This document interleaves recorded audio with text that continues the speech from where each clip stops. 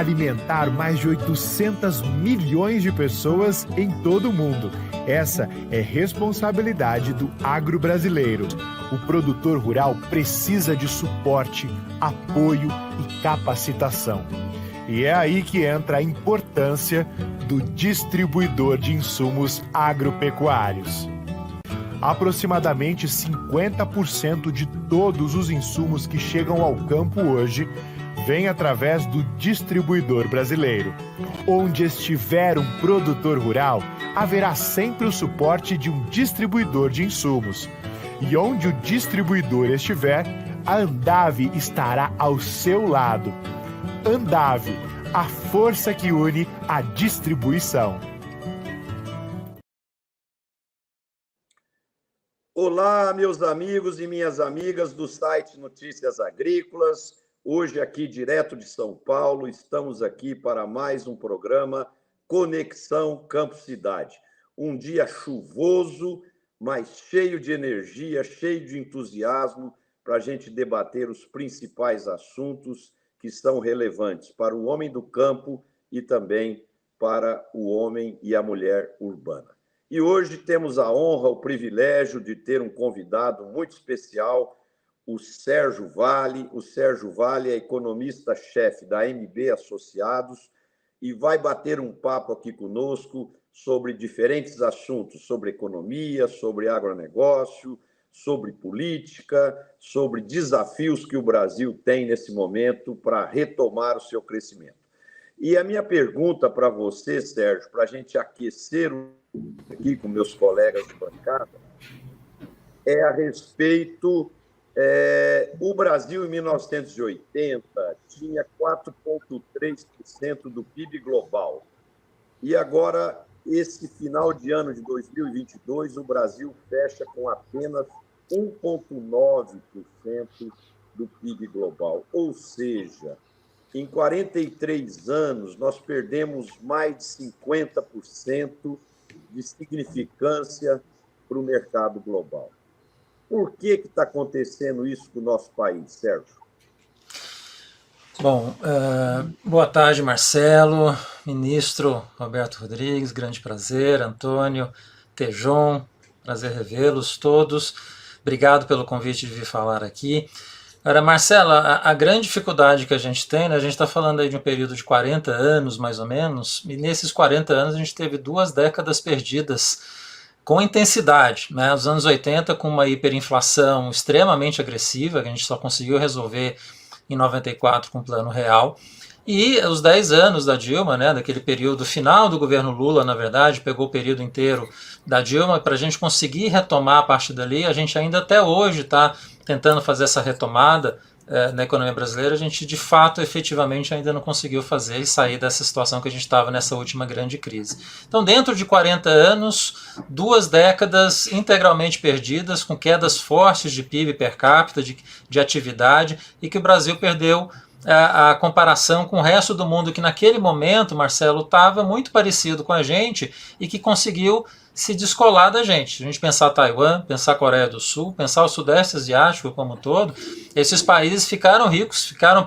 com PIB per capita muito maiores do que eles tinham naquela época, que eram parecidos com o nosso PIB per capita, e o Brasil se perdeu nesse período. Então, teve esse período de desarranjo macroeconômico, microeconômico que a gente viu acontecer nesse período, mas também tem uma coisa que é sempre colocada de lado, pessoal, que é a questão da educação.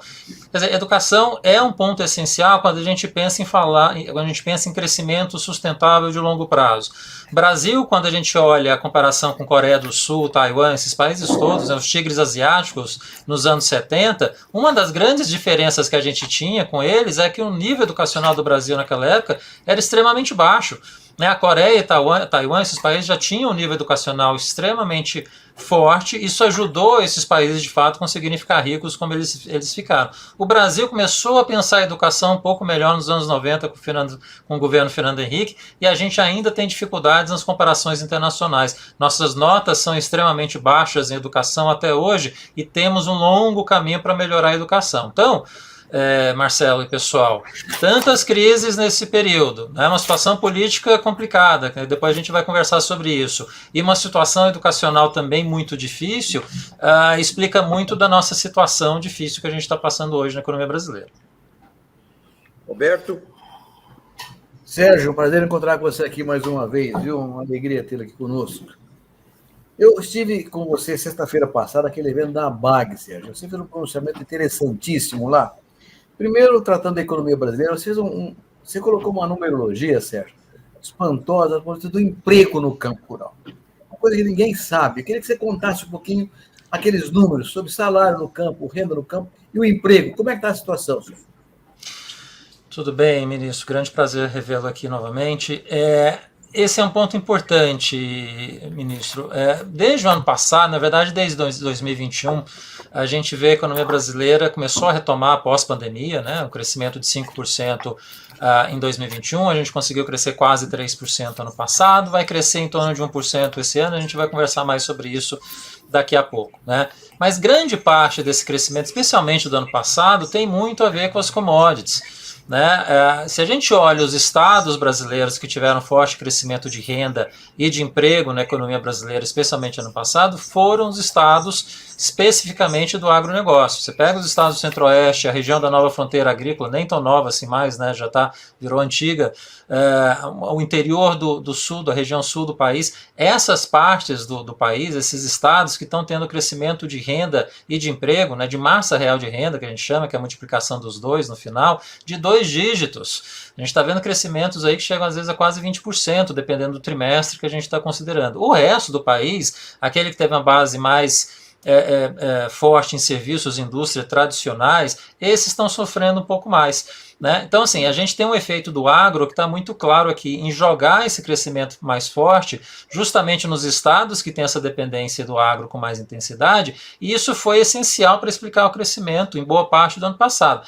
Vocês lembram, né, do começo de 2022, a expectativa de todo mundo era um crescimento magro para esse ano, né? Muita gente esperando entre 0% e 1%, e o resultado no final do ano foi quase 3%. Né? O que teve diferente aqui? Né? O impacto das commodities no final, a guerra da Ucrânia também jogou um efeito adicional desses preços para cima, isso conseguiu ajudar no impacto de renda no setor e, consequentemente, na renda no emprego desses segmentos e no estado como um todo, né, onde tem o agro com mais peso, isso acabou ajudando a economia com mais força. Então, assim, o agro tem sido um importante responsável pelo crescimento brasileiro nas últimas décadas, mas ano passado foi excepcional o que as commodities fizeram. E aí não só o agro, né, a gente viu isso acontecer de certa forma com o petróleo também, que teve uma alta forte de preço ano passado e ajudou muito no crescimento, na arrecadação, ajudou muito os números finais. Esse ano, pessoal, não vai ser diferente. O Brasil vai crescer 1%, quase integralmente esse 1% vai ser por conta do agronegócio.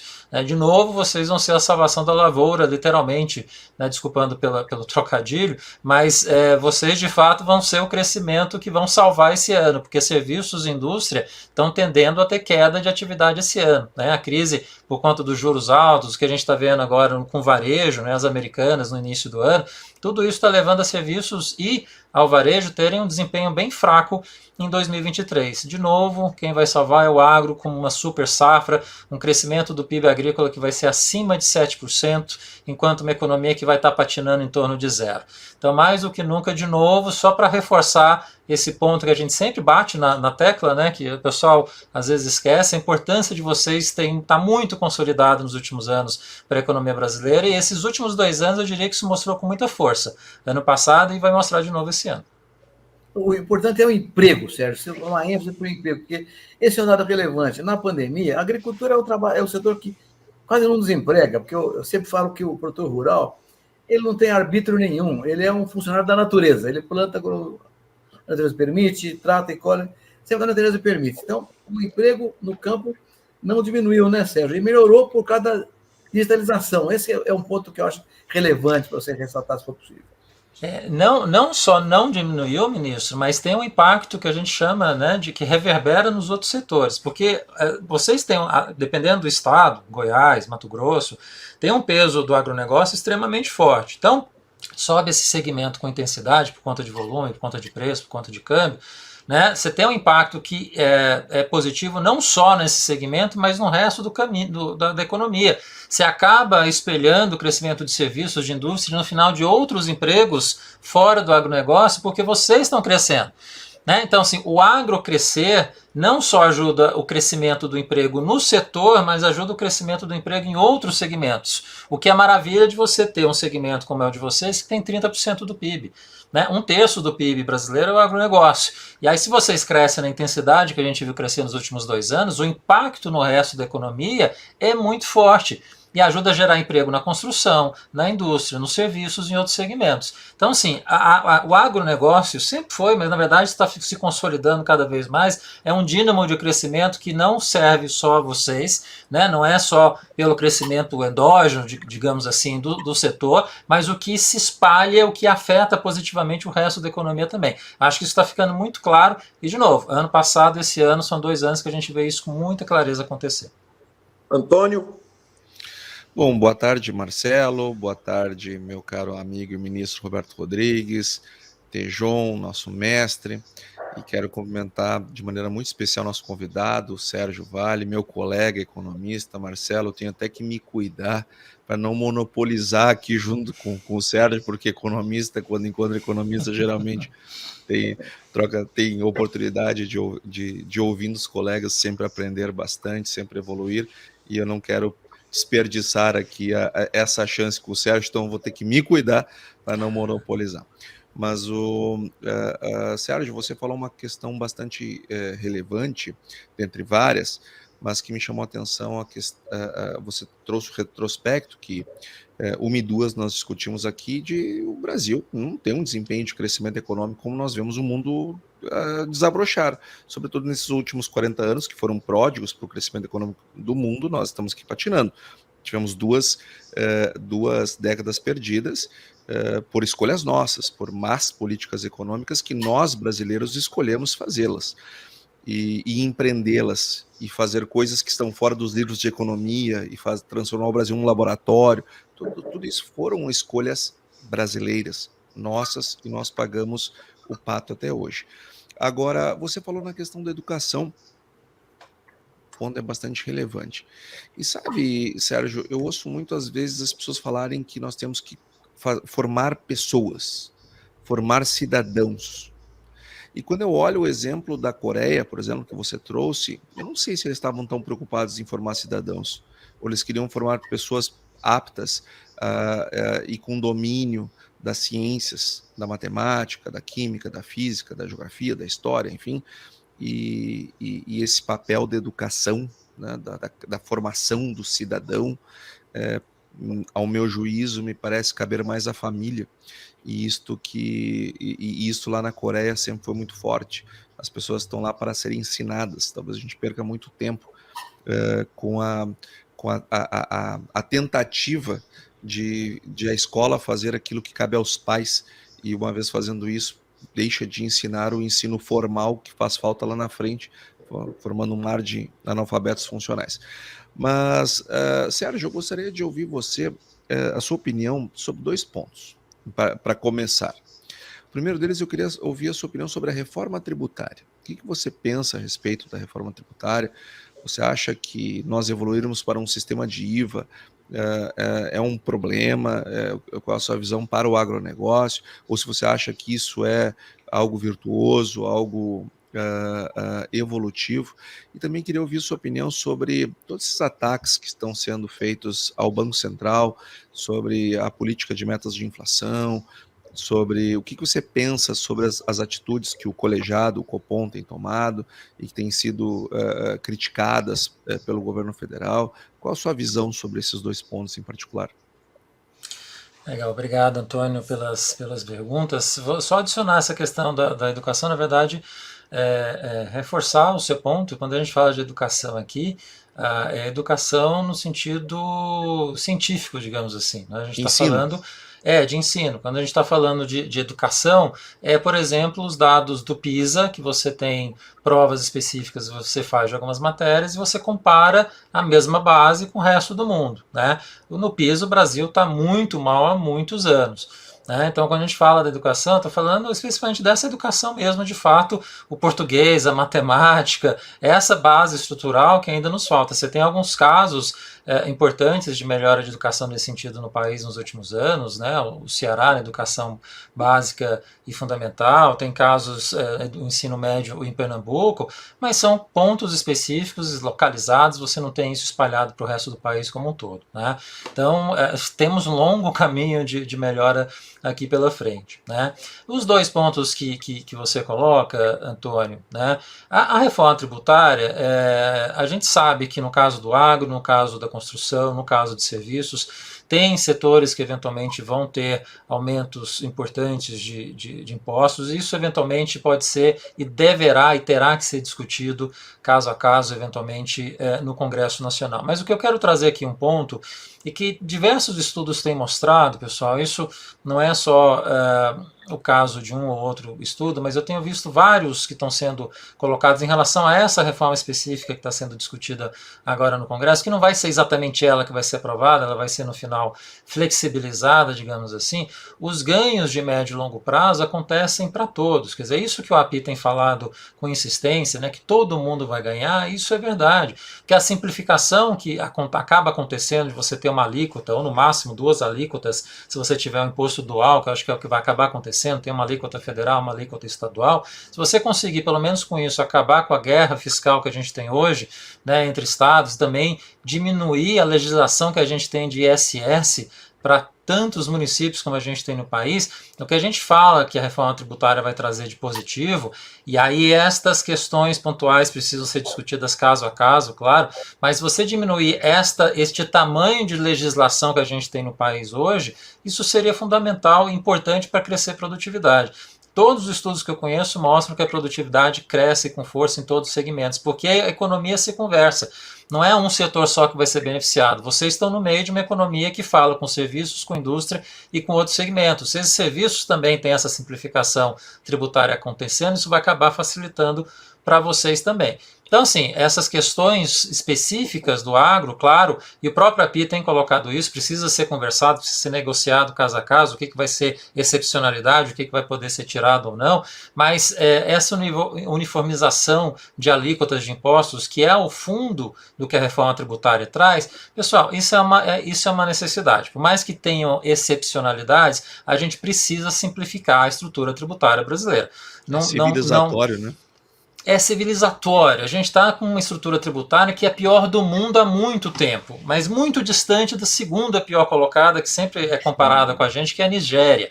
Quer dizer, não tem sentido um país com a sofisticação que é a economia brasileira, né, que cresceu ao longo dos últimos anos, ter um sistema tributário tão inadequado como a gente tem. Então a gente precisa atacar isso. Agora, vocês têm uma frente parlamentar do agronegócio importante dentro do Congresso, precisa ser negociada e colocadas os pontos de divergência, né? Mas acho que a gente precisa avançar, a gente precisa aprovar uma reforma tributária esse ano, aproveitar esse momento de interesse dos governadores, agora talvez dos prefeitos, dos setores, do governo federal e do Congresso, né? Arthur Lira, talvez entre os atores políticos que a gente tem, me parece às vezes que é o mais interessado em aprovar a reforma tributária. Então vamos aproveitar esse caldo de interesse e fazer com que isso aconteça, né? Todo mundo vai ganhar lá na frente, e aí você precisa acertar os pontos que precisam no meio do caminho. Agora, em relação à meta de inflação, toda essa briga, essa celeuma que se criou aí nas últimas semanas, nos últimos meses, né, Antônio, foi totalmente desnecessário, né? Eu tenho falado para todo mundo, a imprensa, os clientes, se a gente considerar o que estava dezembro do ano passado, né? Dezembro do ano passado, antes da PEC da transição, qual que era o cenário? O Banco Central estava vendo tranquilamente a inflação chegar a 3% ano que vem, a taxa de juros ia começar a cair no segundo trimestre, né? O cenário estava acomodado para normalizar tudo. Mas o que aconteceu? Você faz uma PEC da transição, aumenta 2% do PIB em termos de gastos de uma hora para outra, né? Tem uma PEC fiscal, um pacote fiscal em janeiro, muito ambíguo, sem clareza do que de fato vai acontecer. E a partir dali o governo começa a atacar, né, o executivo, e às vezes até o Congresso também, atacar o Banco Central, a meta de inflação, a taxa de juros. E o problema não é o mensageiro, né? Não é o Banco Central, é o que está acontecendo na economia que está fazendo isso acontecer. Grande parte disso é o ruído que o governo cria e as fragilidades fiscais que o próprio governo criou. Então, eu tenho a impressão que nas próximas semanas tem uma chance aí da gente ver um pouco dessa poeira abaixar que é aprovar um arcabouço fiscal minimamente razoável, e o Haddad está sinalizando que pode aparecer com essa reforma desse arcabouço fiscal essa semana, né, para a tempestade que se criou, os ruídos que se criaram de forma desnecessária, e eu tenho a impressão que isso diminuiu bastante aí nas últimas semanas, né, e se isso acontecer, gradativamente a gente vai conseguir baixar a taxa de juros de uma forma natural, sem ser uma imposição política, sem ser pela gritaria, que na verdade a gritaria só vai fazer com que os juros subam mais, em vez de cair, né? Então, se for por esse lado, a gente continuar nesse cenário mais tranquilo que a gente está vendo agora, talvez a gente consiga evoluir para um cenário da Selic começar a cair no terceiro trimestre, que é a nossa expectativa há muito tempo. Segundo trimestre começar a cair é possível, mas vai depender do governo apresentar uma belíssima proposta fiscal, amenizar esses ruídos todos que foram criados, aí talvez a partir do segundo tri, até pelo próprio enfraquecimento da economia brasileira que a gente está vendo agora, está desacelerando com uma certa força desde o final do ano passado, isso ajuda também a desacelerar a inflação. Acho que esses elementos ajudam a acalmar um pouco esse cenário e colocar o BC para falar, olha, talvez tenha espaço para começar a baixar a taxa de juros no segundo trimestre. Mas, de novo, vai precisar do governo ficar tranquilo, ter paciência, né? Às vezes a gente vê o Lula muito impaciente, querendo entregar crescimento de qualquer maneira esse ano. Já não tem jeito, o juros está nesse patamar, a gente está em março, né? O mundo está num cenário muito incerto agora, né? Quando a gente está vendo a desaceleração mundial acontecer por conta da alta de juros, pela inflação que a gente teve ano passado. Então, assim, não dá para esperar que a gente vai ter um crescimento significativo esse ano, não há condições para isso. Vocês vão evitar o pior, mas não tem como crescer muito dado o cenário que a gente tem doméstico e externo. E o governo, nessa impaciência de querer entregar 3, 4, 5% de crescimento, sinto muito, não dá para fazer isso esse ano, né? E essa falta de paciência que está atrapalhando muito o que se precisa ser feito, né? Se o governo tiver essa paciência, entregar as coisas corretamente, eu acho que a gente consegue avançar e terminar o ano num cenário bem mais tranquilo que a gente está vendo agora. João? Meu caro Sérgio Vale, Roberto, meu amigo gaúcho Antônio, Marcelo, a sua apresentação lá na ABAG, eu não estava, mas eu recebi 1% de crescimento do PIB. Você acabou de dizer agora que a agricultura, a agropecuária cresce 7% e o PIB do Brasil 1%. Um estudo que eu vi da ABAG na década de 2011 até 2010 até 2019, o PIB da agropecuária crescia 32,5%, se eu não estou enganado, por aí, e o PIB do Brasil apenas 3,5% ou 4% também, patamares desse sentido. O artigo do Roberto Rodrigues no Estadão de domingo. Então, fica muito claro para mim que está faltando no país uma coisa muito simples, que é qual é o objetivo de faturamento desse sistema de agronegócio. Se ele representa 1/3 do PIB, antes, dentro, pós-porteira das fazendas, 70% desse dinheiro é indústria, comércio e serviços, portanto, está faltando um plano que a gente possa dizer o seguinte, podemos atingir $1 trilhão em 10 anos no sistema do agronegócio brasileiro, envolvendo tudo que a gente pode fazer a nível internacional e tudo que a gente pode fazer a nível nacional. Um item que o Brasil é o maior do planeta Terra, suco de laranja. Conversando com o pessoal outro dia do setor, nós já somos os maiores exportadores, os maiores produtores do mundo, não tem para onde crescer. Como não? Qual é o consumo per capita de suco de laranja na Ásia? Então, o Brasil tem chance de crescer em tudo, do A do abacate ao Z do zebu, com indústria, comércio e serviços reunidos. E a questão que eu quero deixar aqui contigo, Sérgio, é o seguinte, será que 10 ministros, ok, agora tem 37, né? Ficou um pouco mais complexo, mas 10 ministérios que são fundamentais para um olhar de cadeias produtivas do agribusiness brasileiro. 10 presidentes de confederações nacionais empresariais. 10 ministros, 10 presidentes da Confederação Nacional Empresarial reunidos por um planejamento dizendo nós temos condição, inclusive com a economia do meio ambiente, com toda essa economia que vem aí de biogás, coisas novas que nós ainda não contam no faturamento, temos condição de ter $1 trilhão até 2033. Se tiver $1 trilhão, qual é o impacto que isso dá no PIB? Será que não está faltando no Brasil um comando igual como se nós fôssemos uma multinacional com um faturamento de 1 trilhão e 800 para objetivar um faturamento de 3?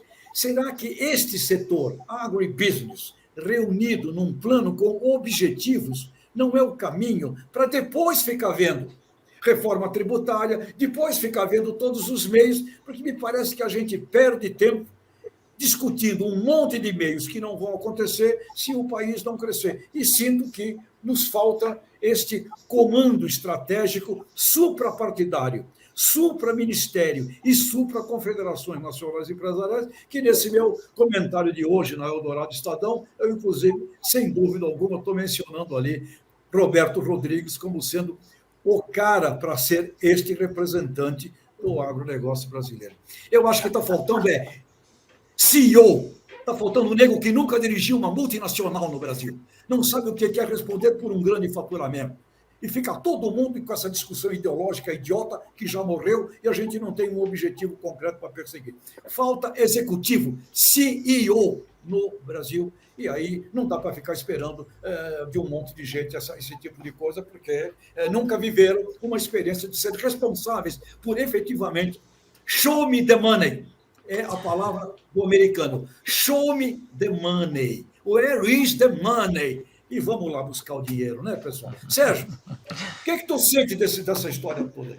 Tejo, acho que a gente vai ter que continuar sentado esperando isso acontecer. Eu acho um pouco de dificuldade de ver esse cenário aparecer aqui na economia brasileira. A gente precisa ver o que dá para fazer, né? Eu concordo com você que tem um pouco mais de integração e coordenação entre vocês, é essencial, né, para conseguir ter mais mercados e conseguir ter mais voz aqui, evitar que coisas complicadas aconteçam, né? Por exemplo, eu acho que a gente tem um cenário hoje que a gente está evitando que tenha imposto de exportação, que foi o fantasma da Argentina nos últimos anos. Vocês têm uma frente parlamentar muito forte, o setor é muito forte, vai evitar que esse tipo de coisa aconteça. Não vejo isso acontecendo, a gente não precisa se preocupar com esse tipo de coisa. Então, acho que vocês existem nesse sentido do ponto de vista institucional hoje também para evitar que essas situações complicadas apareçam, né? Mas olhando para frente, olhando aí desses 10 anos, Tejão, eu tenho a impressão que vocês vão continuar ganhando e vão continuar crescendo com intensidade. Não sei se chega num $1 trilhão,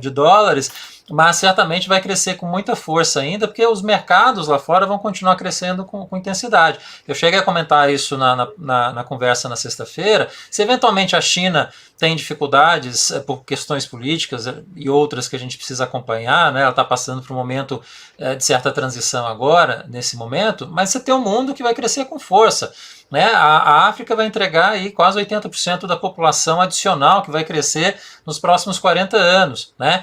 A força de população que vai entrar para consumir no mundo não vai ser mais na China, vai ser na Índia, vai ser no Sudeste Asiático, vai ser na África.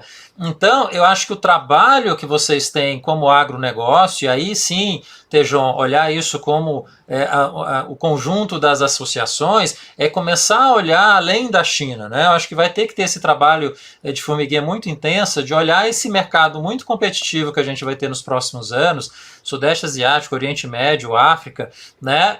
Além da China, vai continuar crescendo, vai continuar sendo a nossa grande importadora, tem todo um caminhão de milho para a gente exportar para a China aí nos próximos anos ainda para acontecer, que nem aconteceu ainda. Quer dizer, a China vai continuar sendo o nosso carro-chefe de importação e de crescimento, né, Tejão? Mas eu acho que, do ponto de vista de vocês, seria interessante esse olhar estratégico cada vez mais para outros mercados, né, fazer isso acontecer, especialmente esses que vão crescer com muita intensidade nos próximos anos. Até porque, pessoal, eu trouxe isso também lá na sexta-feira, a gente precisa lembrar que a China está envelhecendo, a população chinesa está caindo, a população em idade ativa, que é aquela que é produtiva, que tem renda para consumir com intensidade, ela está diminuindo com força. Né? Então, assim, a China não vai entregar aquele crescimento extremamente agressivo e forte de população em idade ativa, consumidora, fortemente consumidora, como a gente viu acontecer ao longo aí das últimas 3 décadas. A gente precisa começar a olhar onde está crescendo essa renda, onde está crescendo esse emprego. Essa China que hoje é mais cara a produzir, hoje o custo unitário do trabalho, né, para você produzir na China é 4 vezes maior que o custo unitário de produzir em Taiwan, em Vietnã, Indonésia, na Índia, em todo o Sudeste Asiático. É muito mais barato você produzir no Sudeste Asiático hoje, na África e até no Japão. O custo unitário de trabalho na China está maior que o custo unitário de trabalho do Japão hoje.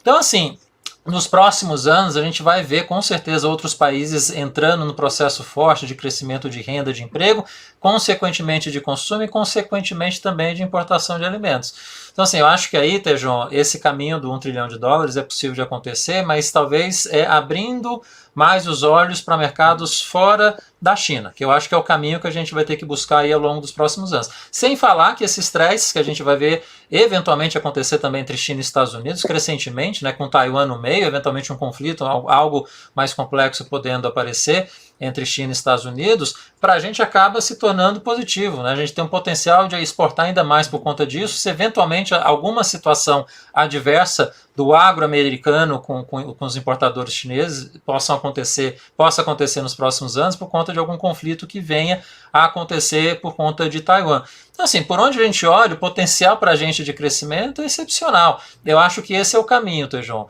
E aí eu acho que precisa ter esse fortalecimento para isso acontecer. E a tributária, né, eu acho que precisa acontecer, porque vocês crescem, mas vocês não crescem sozinhos. Precisa estar o resto da economia bem minimamente adequado para conseguir o resto crescer. Vocês dependem de indústrias e serviços de outros segmentos. Então acho que a reforma tributária ajuda a que todo mundo fique equalizado e aí a gente consegue crescer com a exportação, que é o carro-chefe de crescimento de vocês ao longo dos últimos anos e vai continuar sendo assim. E só um último número. O Antônio fala, o economista fala demais, né, Antônio? Estou aqui falando pelos cotovelos, mas só um último número para terminar, para reforçar um ponto que eu acho que o ministro Roberto Rodrigues tinha colocado. Produtividade brasileira do agro, se a gente pega dos anos 70 para cá, é um colosso de crescimento, é quase 300%. Se você pega a produtividade da economia brasileira como um todo da década de 70 para cá, caiu 50%. Isso aí. Produtividade do agro cresceu 300%, a produtividade brasileira como um todo, indústria e serviços, caiu 50%. Então aqui a gente mostra quem de fato é o ganhador, né, de produtividade, de crescimento na economia brasileira nos últimos anos. Tem sido assim e infelizmente vai continuar sendo. Gostaria que os outros segmentos continuassem a crescer também, mas depende de muitas reformas, de muita vontade política para isso acontecer, que não me parece ser o caso com intensidade agora, salvo a reforma tributária. Ô Sérgio, nós estamos falando aqui de crescimento e a McKinsey, aquela consultoria global, apresentou na mídia hoje um estudo que foi feito com mais de 15 anos, com mais de 1.000 CEOs do mundo inteiro, e eles avaliaram determinados comportamentos que foram mais relevantes para que a empresa, a organização, tivesse melhores resultados. E uma dessas características, uma dessas atitudes desses CEOs que obtiveram melhores resultados foram aqueles que valorizaram os melhores talentos que eles tinham dentro da empresa e que também buscaram os melhores talentos que estavam disponíveis no mercado. Ou seja, se cercaram de gente competente e de gente preparada para entregar o resultado. Aí vem a minha pergunta. Atualmente, os nossos governos federais, estaduais, municipais, a maior parte deles, têm distribuído cargos aos partidos, sem critério de competência. Será que nesse formato nós vamos resolver esses problemas de crescimento baixo? Ou nós vamos continuar nesse ciclo vicioso de ineficiência como a gente tem visto nos últimos 40 anos? Boa pergunta, Marcelo. Assim, a gente está falando de um problema aqui que é uma das jabuticabas brasileiras. Né? A gente que é brasileiro, conhece as várias, inúmeras jabuticabas que a gente cria, que a gente produz aqui. Essa é uma das que a gente tem no Brasil, que é a quantidade de partidos. A gente está falando de um país que tem quase 30 partidos, né? Chegou aí no seu pico, acho que se não me engano, 28, 29 partidos dentro do Congresso. A reforma partidária que a gente teve, a reforma política que a gente viu acontecer nos últimos anos, 2017, tem o potencial para até 2030 levar a uma quantidade em torno de 8 partidos. A gente está começando a ver esse movimento acontecer, né? Os graus de adequação dos partidos, né, para conseguir ter representação dentro da Câmara, dentro do Senado, vão aumentar ao longo dos próximos anos, e talvez a gente consiga chegar a 8 partidos no final dessa década, que é mais razoável para você negociar e para você ter uma possibilidade de conversa um pouco melhor. Porque hoje, com 30 partidos, você acaba tendo que fazer essa quantidade grande de negociação com esses partidos, ter uma quantidade grande de ministério para acomodar 2, 3 de cada partido nos ministérios que existem, que não existem, precisaram ser criados para acomodar essa parte política. Então, eu diria que essa é uma dificuldade histórica nossa, Marcelo, que precisa ser resolvida, e eu acho que a gente consegue resolver isso ao longo dos próximos anos. Agora, a gente precisa lembrar de uma coisa também, que aí é estrutural, não tem muito o que fazer, digamos assim. O ministro muito provavelmente lembra disso, nos anos 80, 90, tinham quadros na Câmara e no Senado de alta qualidade técnica, não é, ministro? Né? Se a gente lembrar, deputados, senadores que eram referências em várias áreas, né? Penso Rodolfo Tourinho na área de energia, por exemplo, nos anos 90, a gente tinha muita gente que conhecia muito na Câmara e no Senado. Isso foi se perdendo, esse pessoal não foi se reelegendo, foi saindo, voltou para o mercado privado.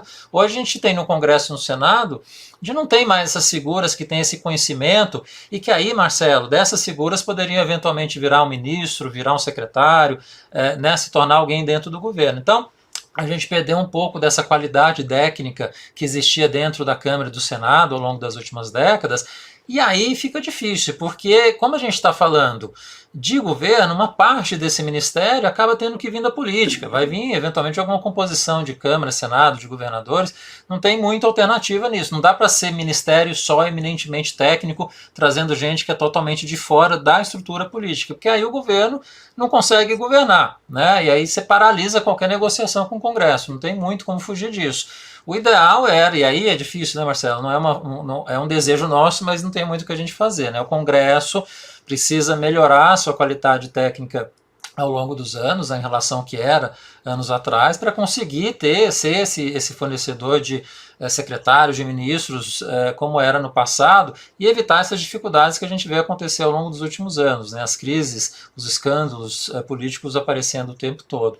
Então, assim, é algo que, de novo, não tem uma solução de curto prazo. Talvez essa melhora na estrutura partidária, você ter menos partidos, você consegue negociar com um chefe de 8 partidos, é muito mais fácil do que você ter que negociar com 30 partidos. No final, esses 30 partidos, a maioria está olhando para o seu próprio partido em vez de projeto, em vez de qualquer outra coisa.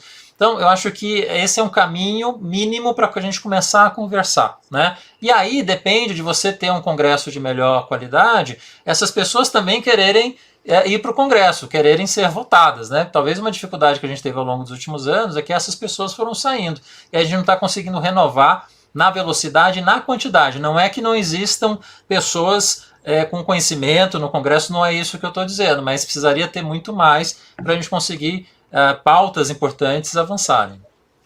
Legal.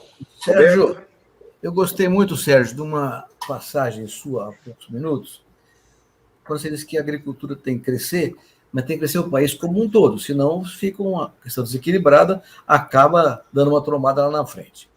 Da mesma forma, os temas todos do desenvolvimento do país, né? A economia tem um peso fundamental, a política também, mas uma questão que me preocupa, Sérgio, é a questão da segurança jurídica, né?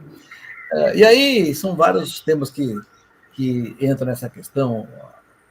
Por exemplo, como é que fica o tema da propriedade privada, direito de propriedade, como é que essa coisa vai funcionar aqui para frente, que regras têm que ser estabelecidas, que a segurança jurídica evolua adequadamente. Não tem um problema sério, até o nosso internauta já falou sobre isso, a de logística. Logística, o governo não pode fazer mais isso, tem que fazer com parceria público-privada. Aí tem que ter segurança jurídica para ter payback. Então, como é que você enxerga? E tem outra coisa agora, Sérgio. Talvez você olhe lá no Vale do Silício, Estados Unidos, um banco que quebrou lá. Qual é o tema da segurança jurídica? Ela interfere no desenvolvimento do país? Ministro, só para acrescentar, quando nós iríamos começar o programa, saiu uma notícia que uma fazenda da Bahia foi mais uma fazenda, agora na Bahia, invadida pelo MST. Só acrescentando sua pergunta. Pois é, ministro, e pessoal, essa questão da segurança jurídica, ela permeia todas as áreas do país. Ela, por exemplo, a questão da insegurança jurídica é um dos elementos que a gente usa muito para explicar, por exemplo, por que a taxa de juros no Brasil na ponta é alta.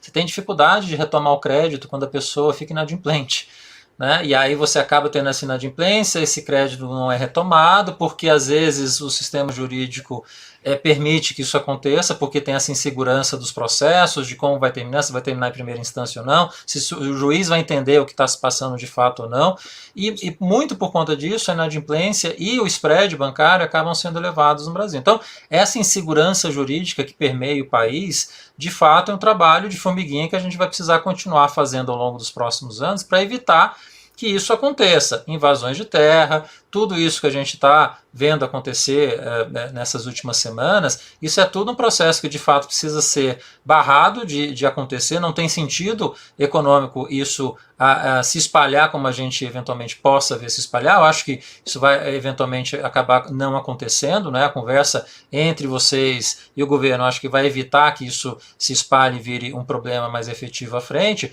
mas concordo integralmente, ministro. Quer dizer, a questão da insegurança jurídica não permeia só vocês, é um problema histórico no país que a gente tem em diversos segmentos. Pega a questão tributária, né? O sistema tributário brasileiro tem uma insegurança jurídica enorme. Às vezes você não sabe qual que é o imposto do produto que você está produzindo, que você vai exportar, que você vai importar, né? Porque às vezes uma questão específica, um produto específico tem uma alíquota diferente num estado e em outro que você não sabe. Você tem que ter toda uma estrutura tributária para isso, às vezes você erra. E aí tem toda uma questão jurídica por trás. Então, assim, a palavra é simplificar, né? Isso vale para tudo, né? Na estrutura tributária e especialmente na estrutura, quando a gente pensa na taxa de juros, simplificar a possibilidade de você retomar um crédito que foi devido de uma forma mais tranquila, mais fácil possível. Quer dizer, não penalizando, não é penalizar o consumidor que tomou aquele crédito, está devendo e está sofrendo para pagar aquele crédito. Não, se você fizer o trabalho de facilitar com que esse crédito seja resgatado, esse spread, essa diferença de juros para o consumidor e os juros básicos vai acabar caindo, esse crédito vai ficar mais barato, o consumidor vai conseguir pagar ao longo dos anos. Isso é um processo longo, isso é um processo muito lento, mas precisa começar a acontecer. E concordo, ministro, essa questão da insegurança jurídica, a gente precisa ter o trabalho de formiguinha de um dia a dia combater e melhorar os processos jurídicos cada vez mais no país. Ô, Sérgio, eu queria pegar aqui e aproveitar uma pergunta do Tadeu Carniel, que é nosso telespectador, está toda semana conosco aqui. Ele pergunta o seguinte: a reforma administrativa viria antes da tributária? E eu vou perguntar para ele o seguinte: o que vem antes? Uma boa noite de sono ou se alimentar de maneira adequada? O que é mais importante? As duas coisas são importantes. Só que uma coisa é uma coisa, outra coisa é outra coisa. A reforma tributária, ela tem o objetivo de disciplinar e organizar como que nós pagamos os impostos. Já a reforma administrativa, ela vai nos dizer qual é o tamanho da carga tributária. Ou seja, uma reforma tributária não deve interferir na carga. O que tem que interferir na carga é a reforma administrativa, que a partir dela nós vamos ter que saber qual é o tamanho do nosso cheque. E voltando ainda na questão da reforma tributária, Sérgio, eu acho importante a gente se posicionar nesses momentos. Porque, enfim, está aí a história do Plano Real, né? Todos nós sabemos quais foram os economistas que eram a favor e quem eram os contrários. Acho que é momento da gente se posicionar, até para ajudar nas discussões. Eu trabalho no agronegócio há 24 anos. E eu tenho muita tranquilidade de entender que uma reforma tributária é uma coisa positiva para o setor. Porque nós contratamos o IBPT, alguns anos atrás, Instituto Brasileiro de Planejamento Tributário, e ele calculou que a carga tributária nos grãos, eles variam entre 26% e 31%. A carga no custo de produção. Porque tem gente que acha que o produtor não paga imposto, né? Ah, não paga, não. E o imposto no fertilizante? Que, aliás, aumentou esse ano, janeiro do ano que vem aumenta de novo, janeiro de 25 aumenta de novo. As interestaduais sempre aconteceram. E os impostos sobre os defensivos? Um trator é isento? É isento, é. O aço que saiu da indústria de aço saiu isento? O pneu saiu isento? O GPS saiu isento? Os equipamentos eletrônicos saíram isentos? Os painéis de plástico saíram isentos? E o combustível? Quando o produtor compra óleo diesel, é isento de impostos estaduais e federais? Ou seja, o produtor brasileiro, ele paga mais do que o IBS cobrará. E mais, não recebe nem um centavo de crédito tributário. Nem um centavo. Numa uma reforma tributária, nós passaremos a receber de volta os créditos tributários. Num sistema que é uma plataforma, a pessoa emitiu nota fiscal eletrônica no meu CPF, já está lá na plataforma, eu já posso conferir na hora. Exatamente. Tão seguro e tão transparente, tão ágil como é o Pix, que também as pessoas tinham dúvidas. E é legítimo que essas dúvidas existam. O que nós não podemos é nos afastar das grandes discussões de uma reforma tributária. Será que um IBS de 25% não é demais? Eu acho essa uma discussão importante. Numa discussão de reforma tributária, nós temos que garantir que produção, investimentos e exportações fiquem blindadas de tributação, porque num sistema tributário de IVA, quem paga é o destino e não a origem. Então, investimentos, produção e exportação, não vai. Nós temos que cuidar para que isto seja mantido, que seja garantido esse tipo de medida. Que o imposto seletivo não gere preconceitos, como, por exemplo, na questão dos defensivos agrícolas. Ou seja, existe uma agenda super importante que o agro tem que ter em razão das discussões da reforma tributária para que o tiro não venha contra o pé. Agora, que nós temos que avançar, nós temos que avançar. Não dá para aguentar esse sistema tributário que nós temos. Não, concordo com você, Antônio, e esse ponto é extremamente importante. Né? Qual a carga tributária que a gente vai ter? Se a gente fala de reforma tributária, é justamente isso. É uma carga tributária que tem que ser como está hoje, para menor, né? Para menos, se for possível de acontecer. Obviamente, não dá para pedir tanto. Né? Mas não é uma reforma tributária que vai fazer com que no final o imposto seja maior, a carga tributária seja maior do que a gente tem. E aí a dificuldade de definir essa alíquota, a gente vai ter que ver isso em estudos que vão ter que ser feitos para tentar identificar se é 25, 24, 23, o que é essa alíquota que vai manter a carga tributária que a gente tem hoje. E reforma administrativa, né, que concordo com você também, é tão importante quanto, mas não vai acontecer, eu não vejo isso acontecer ao longo dos próximos anos. Talvez a Simone poderia avançar um pouco nessa discussão, no máximo em termos de melhorar a eficiência do setor público no ministério que ela está tocando, né? Mas reforma administrativa, de fato, nos moldes do que estava sendo discutido anteriormente, isso não vai acontecer. Se a gente tiver reforma tributária, arcabouço fiscal, né, e evitar problemas no caso de vocês, que a gente está vendo acontecer nas últimas semanas, já está de bom tamanho. De bastante bom tamanho. Né? Aprovar uma reforma tributária não é trivial. Uma reforma tributária que está sendo buscada há décadas, literalmente. Eu acho que há possibilidade e vontade política para isso acontecer esse ano. Né? Vamos torcer para que, de fato, o governo consiga avançar com ela no Congresso. Tejon.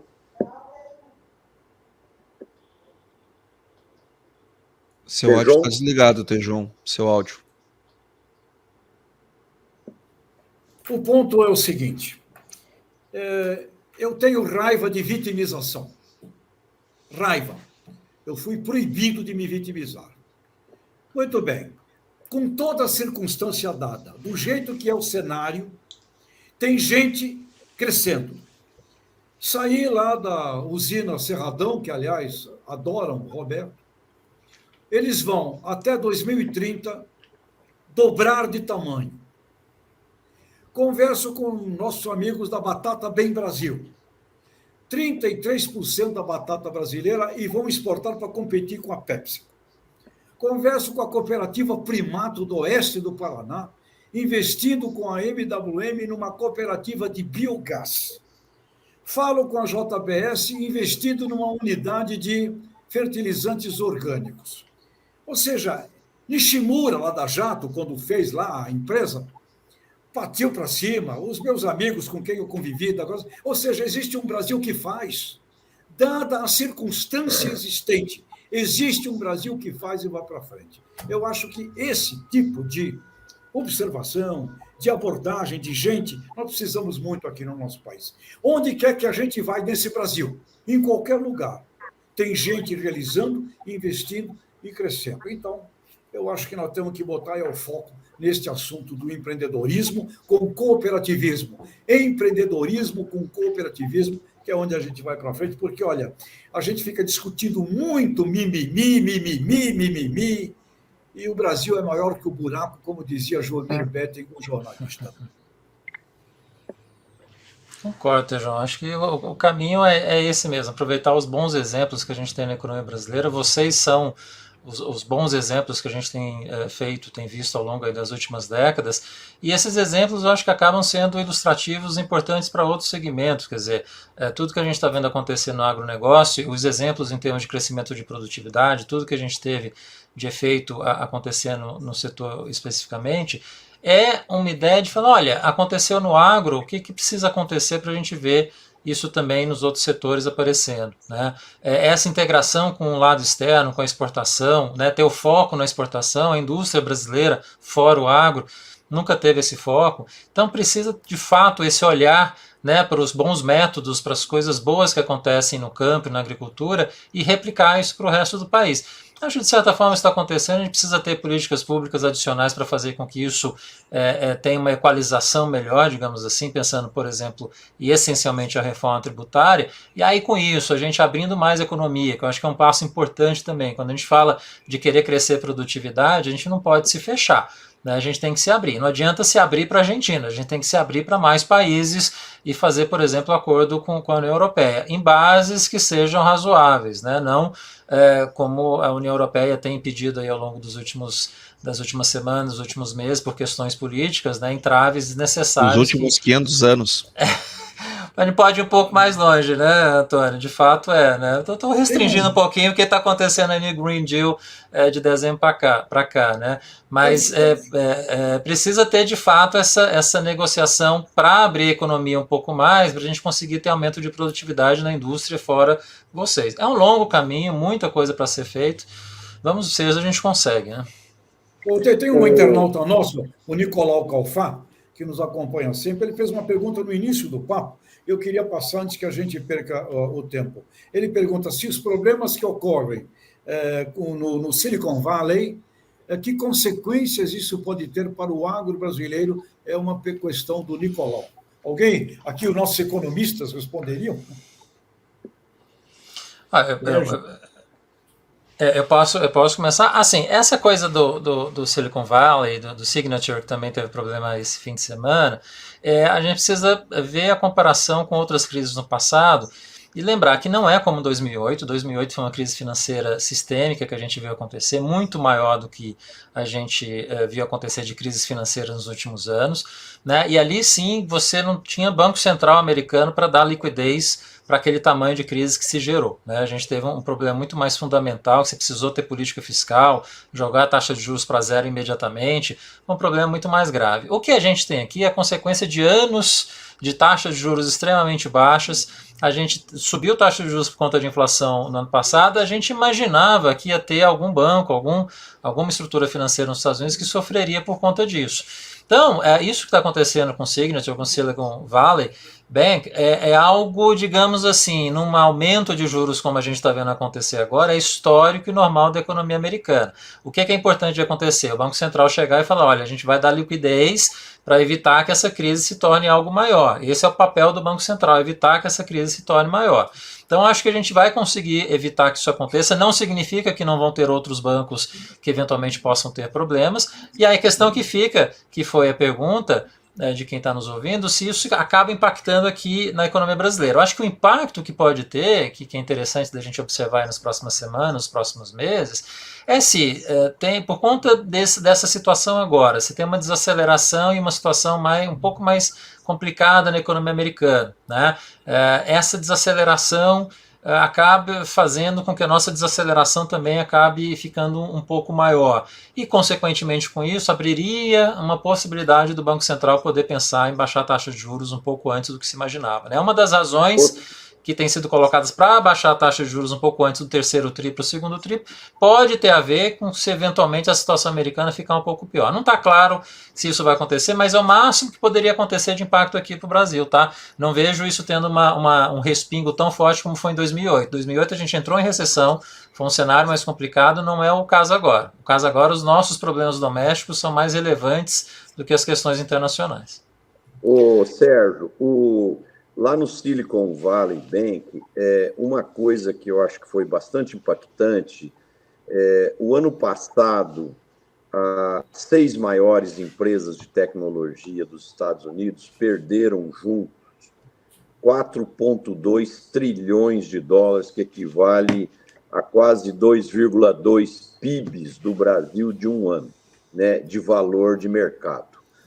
E isso impactou em todas as empresas de tecnologia, inclusive fortemente nas startups. E eu imagino, aí eu estou na imaginação, né?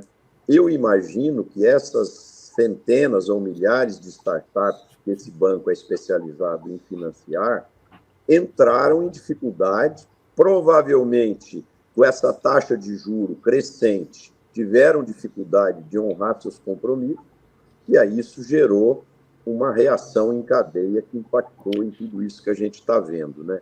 Agora, o que isso traz de impacto para nós aqui é que daqui para frente, aquele boom de startups que vão explodir, virar unicórnio e etc., etc., a tendência é que isso se torne processos mais seletivos, e essa explosão de crescimento em empresas de tecnologia deverá ser mais lento, no meu entendimento, enquanto perdurar essas taxas de juros bastante altas. Marcelo, e aproveitando a boa pergunta do Nicolau, o agro, não só o brasileiro, mas o agro do mundo, ele é movido a crédito. Então, quando um banco vem à falência, como é o caso, isso traz preocupação. Mas o Sérgio está certo, por enquanto, pelo menos, são bancos regionais. Agora, nós temos que entender o que aconteceu, o que levou isso a eles. Nicolau, imagina que você comprou títulos públicos do governo num tempo em que o governo paga 0,5%. E você pegou esses seus títulos e botou eles como garantia, e a partir deles fez a sua alavancagem bancária. Só que esse título que pagava 0,5% começou a ser emitido pagando 1, pagando 1,5%, 2%, 3% e agora está 5%. A marcação a mercado, ou seja, o preço desse seu ativo, ele caiu lá embaixo. Ou seja, o banco, ele não pode, quando eu tenho uma taxa de juros estável por muitos anos, eu compro o título, preciso de liquidez, vendo o título. Agora, para o Silicon Valley ou o Signature fazer a venda desse título, tem que ter um prejuízo muito grande. E como ele não quis ter o prejuízo, manteve o prejuízo apenas contábil, eles perderam um determinado índice de liquidez que tem lá nos Estados Unidos, que não pode passar de 1, e caiu de 1.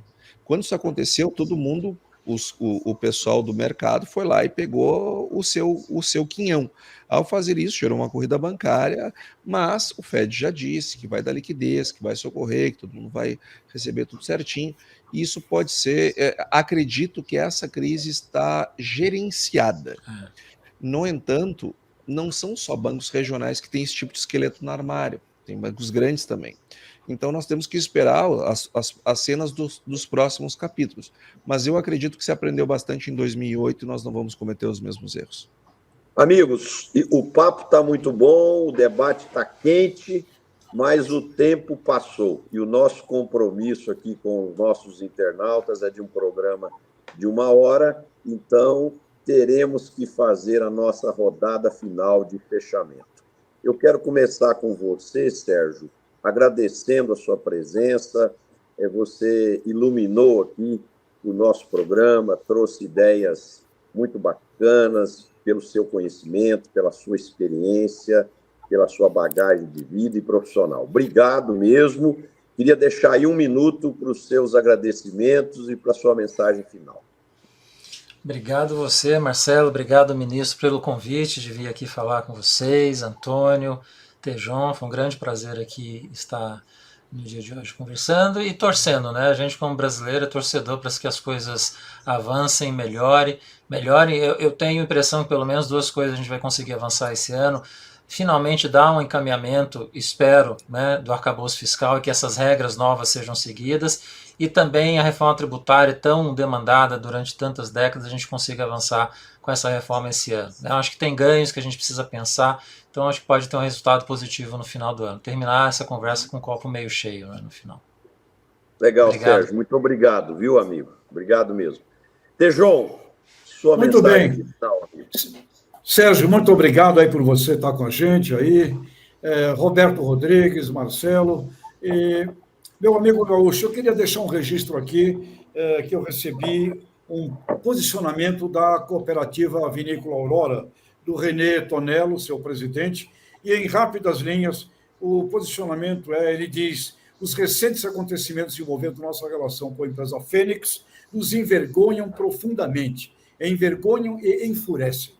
E ele diz: gostaríamos de apresentar nossas mais sinceras desculpas aos trabalhadores vitimados pela situação. E continua: sentimos-nos obrigados a estender essas desculpas ao povo brasileiro.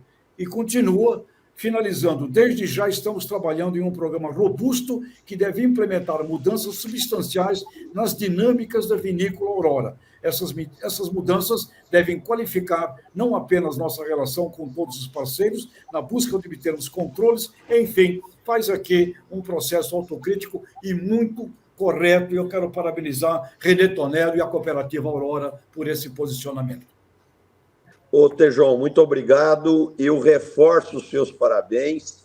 Eu fui um dos que citou o fato aqui no programa, e eu acho muito bonita essa atitude do presidente da Aurora, porque errar é humano, né? Agora, buscar o aprendizado com o erro e a evolução e tentar fazer uma nova história, isso é maravilhoso. Parabéns a toda a organização, e eu acredito muito que esse é o caminho que nós temos que trilhar sempre.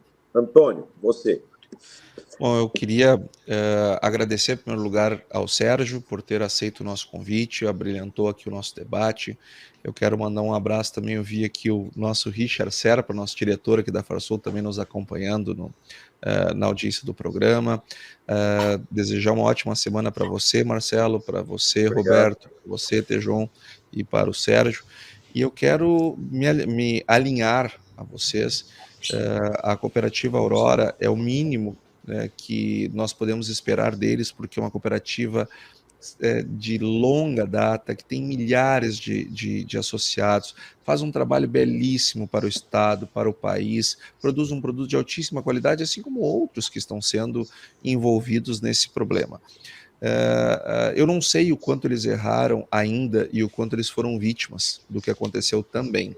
Então, eu quero deixar aqui a minha solidariedade a todos os envolvidos.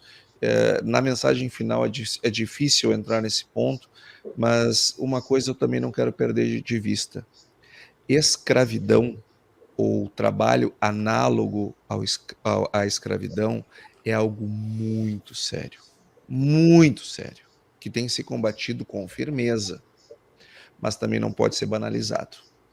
Uma coisa são falhas, erros trabalhistas que precisam ser apurados, julgados, condenados e as multas aplicadas. Agora, nós nunca podemos, até em memória das pessoas que foram escravas nesse país, banalizar jamais o que é escravidão. Mesmo que o ganho com essa banalização seja algum agente público ganhar manchetes de jornais e aparecer bastante. Não podemos aceitar escravidão e nem trabalho análogo à escravidão, mas também não podemos aceitar a banalização dessas duas condições.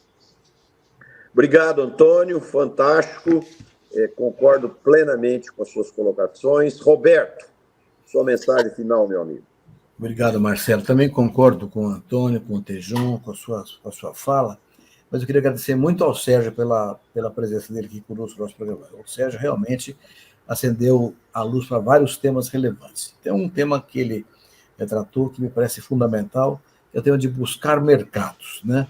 Obviamente que a China é um país que vai ser um grande mercado há muito tempo, mas precisa olhar o resto do mundo, olhar a Ásia inteirinha, Indonésia com seus 300 milhões de habitantes, Malásia, Filipinas, Tailândia já está, Coreia, Vietnã, o Japão crescer, olhar o Oriente Médio e também a África, como o Sérgio falou muito bem.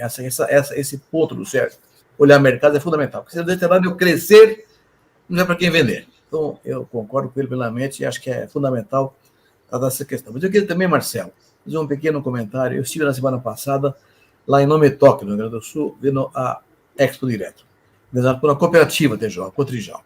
Olha, foi um espetáculo maravilhoso, mas lá, viu, Sérgio, uma coisa que me chamou a atenção é a quantidade de inovações tecnológicas, de novidades, de todo tipo, em equipamento, em máquina, em insumo, impressionante. Na área de gestão, na área digital, é muito grande a inovação que vem pela frente aí.